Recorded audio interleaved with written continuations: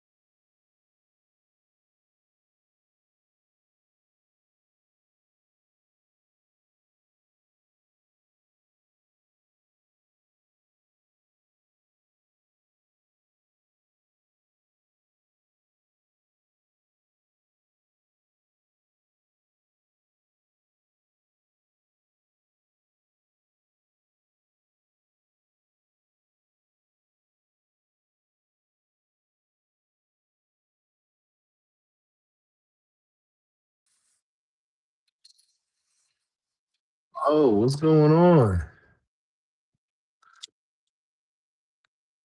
Absolutely, absolutely. Hold on, I got my headphone situation right now. A little bit, but I'm happy to be here. Happy to be back. Um, with everything going on and all that, and it's wild that you can be on vacation and still be busy. I find that truly fascinating. I don't understand how you can be on vacation and still be busy, but somehow I'm on vacation and still busy. Give me 1 second. I can't hear right now.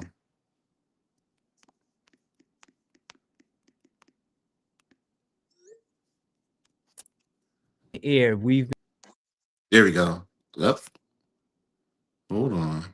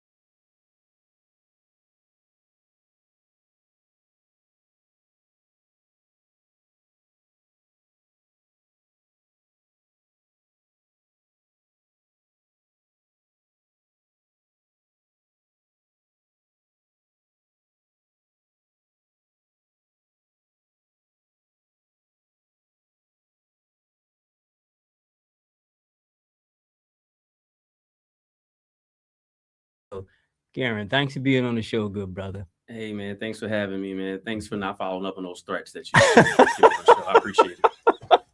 Well, you ain't got to put that out there. Listen, y'all, if I go missing, I know that I love my family, and it's You got the breadcrumbs going and everything. right. So cool. No, but seriously, appreciate that. Thank you for covering yourself, because you never know. But seriously, though, tell the listeners and viewers all about the work that you're doing. And I believe we met, gosh, it was, I don't want to date ourselves, but it was maybe 10, 15 years ago. Has it been? Even longer. Yeah. Longer, yeah, because you were working with us at Universal, right? Yes. Yep. Yeah. And then you just don't work with Felicia Williams. Yeah. So it's been a minute. So tell our viewers and listeners, though, about Next Level, because that's a topic that we're going to get into, but give them a little background on that. Okay, cool. Well, it's actually Next Level Digital Marketing Suite. So not studio, but okay. It's a little small distinction. But Next Level Digital Marketing Suite, which is Next Level DMS for short, it is a marketing company that focuses on owner-led small businesses and really just helping them better connect with their customers and have a marketing system behind them to help them get customers that aren't just repeat customers, but also just loyalists, people who will like just live and die by the brand and support them no matter what. And it's really our way to combat the invasion of a lot of these larger corporations and to combat against some like not so small business friendly policies from, from government officials. Not local ones. Y'all are great. Everybody's great here. Yeah, so they say. Right. But what got you started along that line? Because with the advent of all the things that's happening in the digital market space, what made you decide this would be an avenue that I want to pursue? Well, I've always been in marketing. So I graduated Howard in 2008, and like my first job was in marketing. So I was actually working in radio. Okay. It was a good experience, and I really wanted to help as many small businesses as possible as like an ad exec. And I did a little bit there. Then when I left in 2012, I kind of branched out on my own, and I learned web design, and I always wanted to help small businesses. And the reason why is because I felt like they're really just like the backbone of the community, or one of them, I'll say. And, it's as a small business owner, it's just really hard. Like you have a dream, you have a vision, and you're excited about putting it out. And then you hit these hurdles. And a lot of times, you just need a little bit of help. And as a small business owner, you're trying to do all the things at once. And a lot of times, if you're like, say, if you're a baker, you don't know marketing, you don't know accounting. So you need the help, right? Then it's like you need to be able to trust people. It's a whole thing. And but if you get it right, then you hire people, right? You hired a kid on the corner that might not have been, looked at by McDonald's or so and so. You're able to donate to the local organizations. You know these people. So like there's this ecosystem when our small businesses work well that helps the community thrive. And that's what I care about. Yeah. And so connecting that though to the small local business, do you find that there's that digital literacy gap in that space of digital marketing, and they just like want to still print flyers and put it on doors? Yes, absolutely. The gap is starting to shrink, I think, a little bit just because of social media. So if you're on it at all, you start to see a little bit about, things that you can do with marketing, content marketing, videos, social media, different tactics. The problem is there's so much information that a lot of business owners don't know what to do, where to start. And oftentimes they, you get consumed with your day to day. Like if you're a florist, you're working on arrangements. You're not working on social media campaigns, or if you are, it's random, right? You don't have like that consistency to really, push your business to the next level. Yes, pun intended. There you go. So real. Oh yeah, I was about to say all of that is very, very interesting. I'm back now. My all the hearing issues aside. Finally got it back. I'm good. So you paid your Wi-Fi bill online, and now you're ready to go. Exactly. I was scrambling. Had to find a debit card, all that. Mercer, I need it on now. Yeah. Exactly. I'm calling Verizon like, yo, I work for y'all. Please help me. But no, so like talking about your marketing and all that, in terms of what got you into that space and how to work with the business around you. Again, like I said, what got me into that space is just really wanting to help in some kind of way, right? And my background is in marketing, and once I became independent, that was just like the logical choice. And again, I always wanted to work with small businesses. I shifted from focusing solely on website design. I still do website design, but I was working with some larger companies, and I realized that I would want to bring more to the table than just, hey, I can do a website, but I would try to come with strategy and things that I learned from just, educating myself, my experience with the radio stations and being an ad exec and watching small businesses do well, some made mistakes, and just learning, right? So I would try to impart some of that onto some of these larger businesses, but a lot of times they wouldn't listen. Yeah. Right. And so, I felt like I wasn't really being used the way I could be used because, here you have this website, but you don't know what to do with it. You don't know how to set up automations. Even if I told you, like, you don't make use of them, you don't really make use of all the tools that you could as a business. And, I've seen some businesses suffer and nonprofits suffer because of that. And so I figured if I switched my business to like this wholesale marketing system that I can offer you, then I'm kind of there at the strategy table as opposed to just being dictated to. That's cool, being at the strategy table. I like the way you phrase that and put that out there. But speaking of marketing, I want you to share with our viewers and listeners, what is marketing, what's not marketing? Because sometimes folk will think if they put 50 posts out there on social media, that's marketing. It is, it isn't. But share like what is the true nuances of marketing, if you will. Well, it's all under that umbrella of marketing, right? But the thing that people have to focus on really is like being targeted and being consistent. So when I say targeted, I don't mean like your target customer, women 18 to 34, like that's ridiculous. But so I'll say that's not really marketing, right? That's something where somebody made up years ago and people just kind of stuck to it. But what marketing is really solving a problem, right? If you're a business owner, the best marketing you can do is communicate to your potential customer that, hey, you have a problem that I can solve. And you want to speak more. You don't want to just speak to the external problem. You want to speak to the internal problem. For example, right? If you're a real estate agent and, obviously real estate agents help you buy and sell homes. So a lot of them think just kind of on the surface of, hey, I can help you buy your home, first time home buyers. I can help you sell your home. But a lot of times those customers, the problem is a little deeper. They're worried about overpaying, right? They're worried about, title issues. They're worrying about just like a complicated process. So in your marketing, if you speak to some of those deeper issues, right? Or if you add value beyond just the buying and selling of the home, but hey, let me introduce you to an interior designer so we can get you more money when you sell your home. Let me pinpoint the areas that you can fix for cheap to get the most value out of your home when you sell it. When you're buying a home, let me show you the key things to look for in an inspection to make sure that you don't have an issue as soon as you get the keys to the home. So when you speak to these internal problems and you do it consistently, that's marketing. Got you. And I like the way you broke that down because sometimes that was very interesting. Those pain points aren't really relevant when someone first comes to you until you actually share with them some of the deeper things. Isaac, you were going to share? Oh yeah. I was thinking about like the strategy table and all that, almost like how people think of like a chessboard. When you're looking at when you're sitting down at the strategy table with one of your clients and all that, what is one of like the strongest and most strategic ways to put people out there? So people always say social media, but I want to kind of dig beyond the social media lens and see how else you get people into spaces when it comes to marketing. Do you try to go through TV, through newspaper, through any other avenues that we might not be aware of? Right. So that's all distribution, right? And so I think we put a hyper focus on distribution channels, right? Just how the message is sent. And a lot of times the real issue is like the message itself, right? And so when you're considering distribution channels, like it's really not that complicated. It's like, okay, you have channels that you don't own and channels that you do own. Your goal is to get as many people as possible into channels that you do own so you can consistently talk to them. And so that way you have a better chance of bringing them on and having them as customers. So for an example, you can use social media. Social media still is like prevalent, right? There's, a bunch of different strategies for like digging into the algorithms and things like that. But if you don't have a message that speaks directly to this person's problems, they're going to see it, but they're not going to care.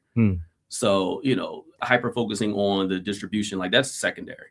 But yeah, social media still works. TV still works. So you're saying that level of distribution they shouldn't invest that much time and effort into? Explain that a little bit more.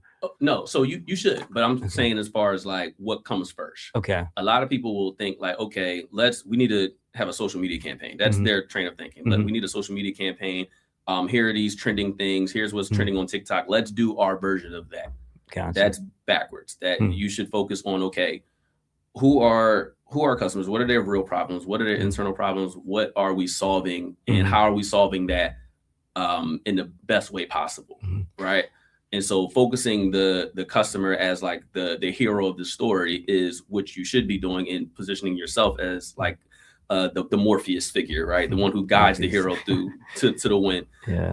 And so when you shift your focus to that, then the distribution channels, I'm not saying that they don't matter, but it becomes a lot easier. So then, you know, you think of the, you know, your customer and like their problem, and you're like, okay, when are they most likely to be engaged to hear my message?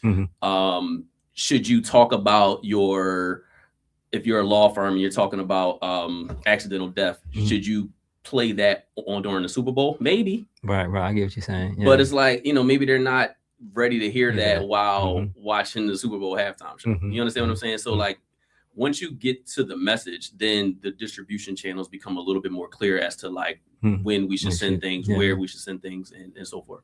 That's interesting. That's kind of like I was, when you said that about the law firm, I started thinking about like when would I most often see law firm commercials, and that would be like during my off days at school, daytime television. You're watching Jerry Springer, you're home most of the time, and it's ironic because like most people that are home during that time frame, they're the ones that are more susceptible to call JG Wentworth, to call all those things. So they're just looking for kind of fast money at that point.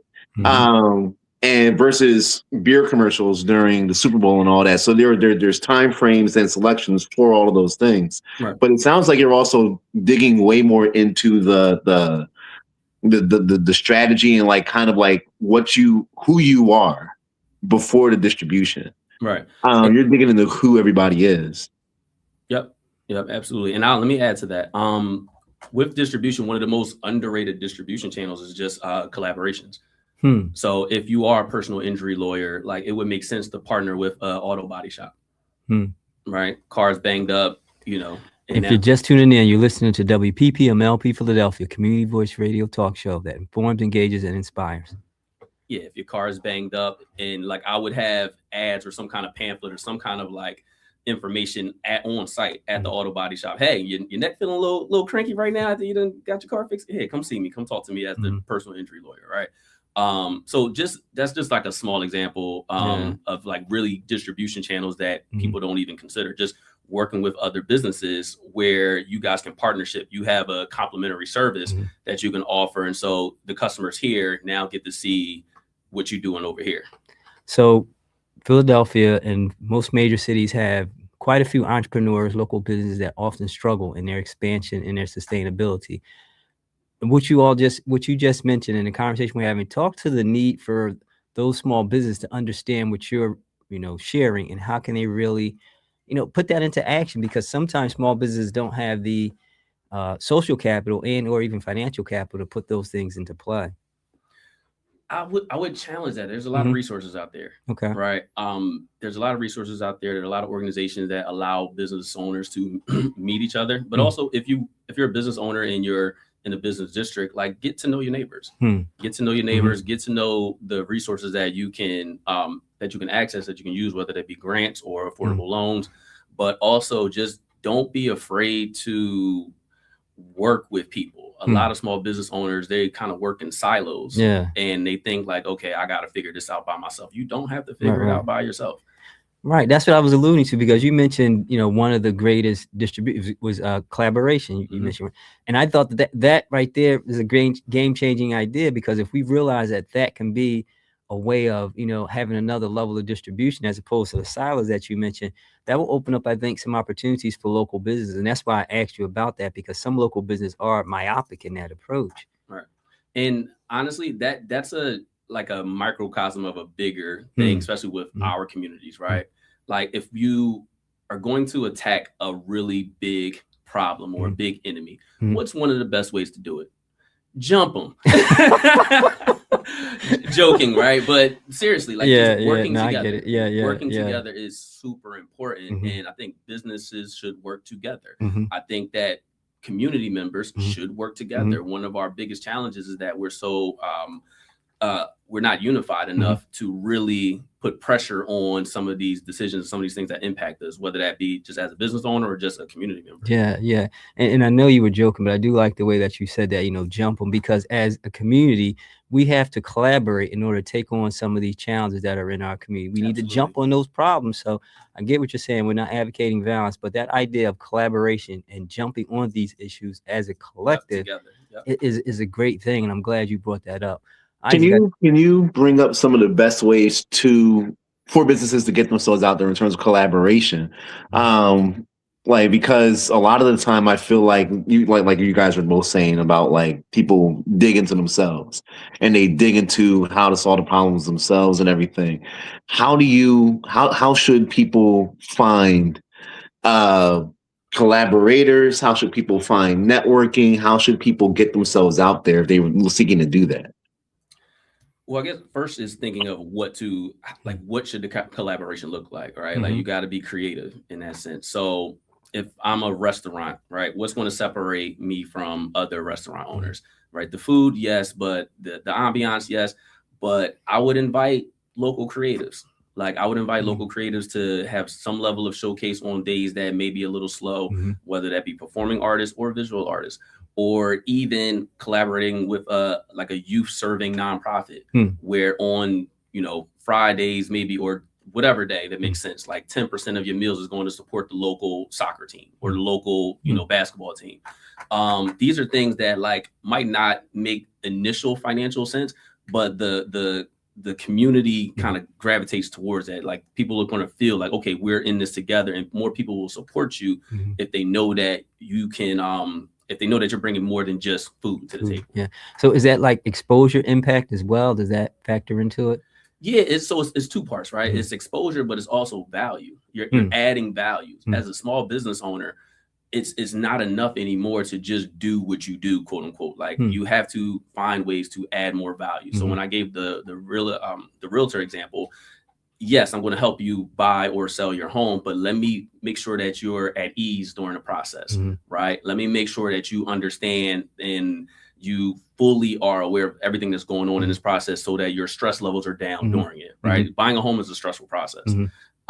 If you're a restaurant, what value can I add to this great meal that I'm already preparing? Like, a lot of business owners, a lot of restaurant owners, they might have a jazz musician come and play, right? We need to see more of that. Like, it doesn't have to just be once a quarter, whenever, right?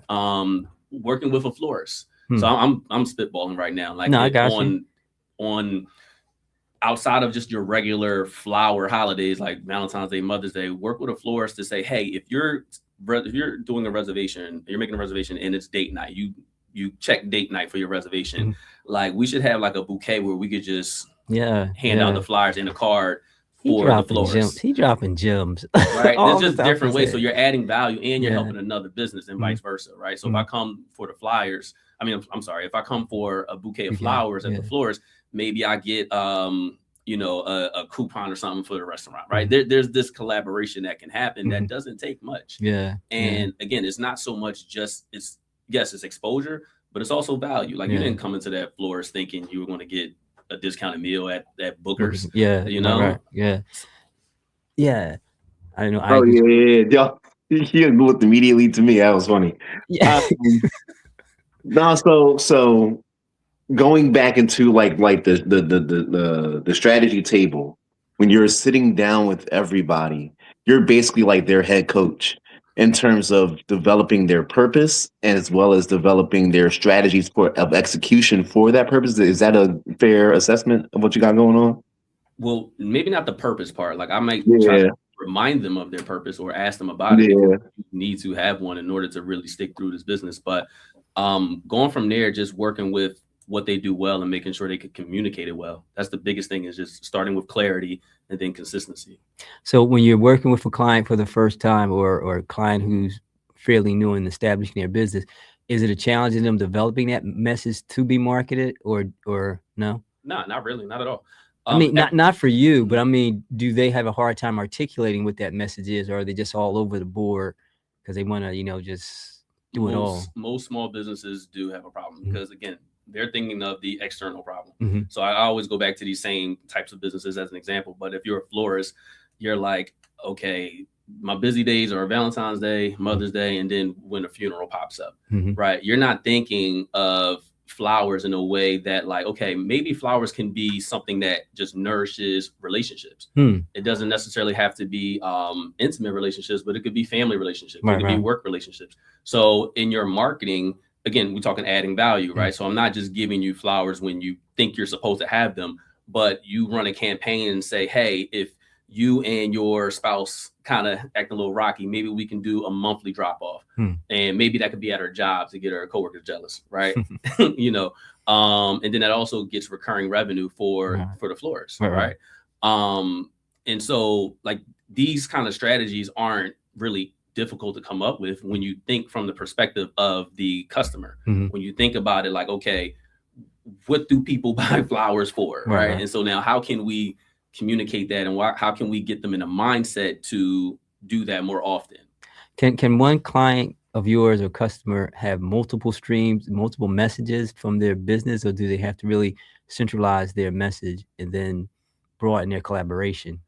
Yeah, you can have multiple messages, but they all kind of have to be structured in a similar way, right? They all have to be customer focused. One of the biggest problems I see businesses do is talk a lot about themselves, right? They'll say, hey, we've been in business for 35 years, where we've won these awards, we've done this, and that'll be a big part of their messages.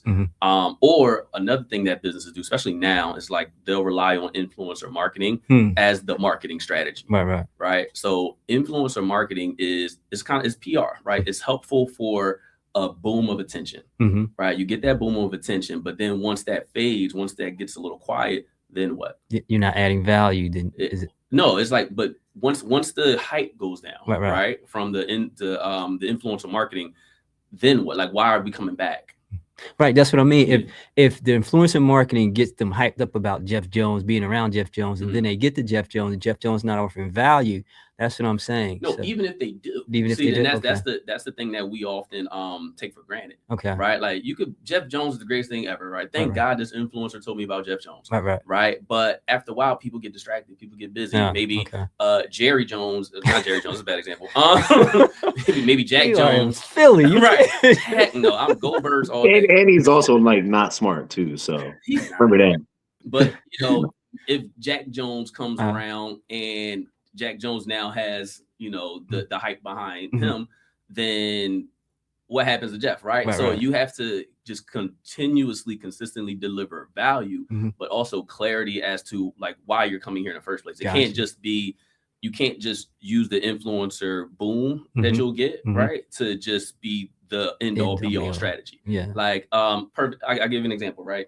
If you own a plant shop, right? If you own a plant shop and it's a new plant shop and people are going there, you got all the influencers saying, hey, it's the vibe in here, this is great, like they got this going on, they're doing events and things like that. That's cool. 2 years from now, right, a year from now even, what are we talking about, right? If I'm a guy who maybe not be the typical plant customer, but I might be interested, right? So the communication, the marketing should be, okay, how can plants enhance my life, right? Do you have allergies? Do you have skin things? Maybe let's introduce an aloe plant. So like speak to specific issues. And one of the, and be realistic, and like not realistic, but be real. So if I'm a young male, right, and I'm single, and I'm trying to create this aesthetic in my apartment, I got my brand new apartment. I want it to look fly. I want, you know, a nice young lady to come in and feel safe and comfortable and all these things. Hey, y'all got some plants that can help me out to make this look right. Just, it sounds silly, but right, you can make that message in a way that, you know, it's clean. And, you know, but that's a pull. For sure. Listen, we coming up on time, man. And I knew it would go by quick, but you were just definitely selling a lot of good ideas here. And I know the people listening and viewing were buying those ideas. Speaking of which, how can they get in contact with you to support you and get more information about what you're doing to help them in their business and maybe even their relationships? Maybe. right. You can check me out at nextleveldms.com. That's D as in digital, M as in marketing, S as in sweep. And also on Instagram at nextleveldms. That's it. That's it. Okay. Listen, man, we glad we had you on the show. You shared a lot of great information. We definitely want to have you back on because we're going to have in June, we're going to talk more about business development. We want to have you on to talk about that and ideas to help our, Black business development during that month as well. We appreciate you, man. And thank you for taking time to share your information on Community Thanks for having me, man. I appreciate it. All right. You're welcome. You're welcome. Absolutely. Isaac, my man, we about to sign off. So listen, that's all that we have for this evening. Thank you all for listening and viewing. And remember, if it's happening in your community, we need to hear your voice. Peace. And we are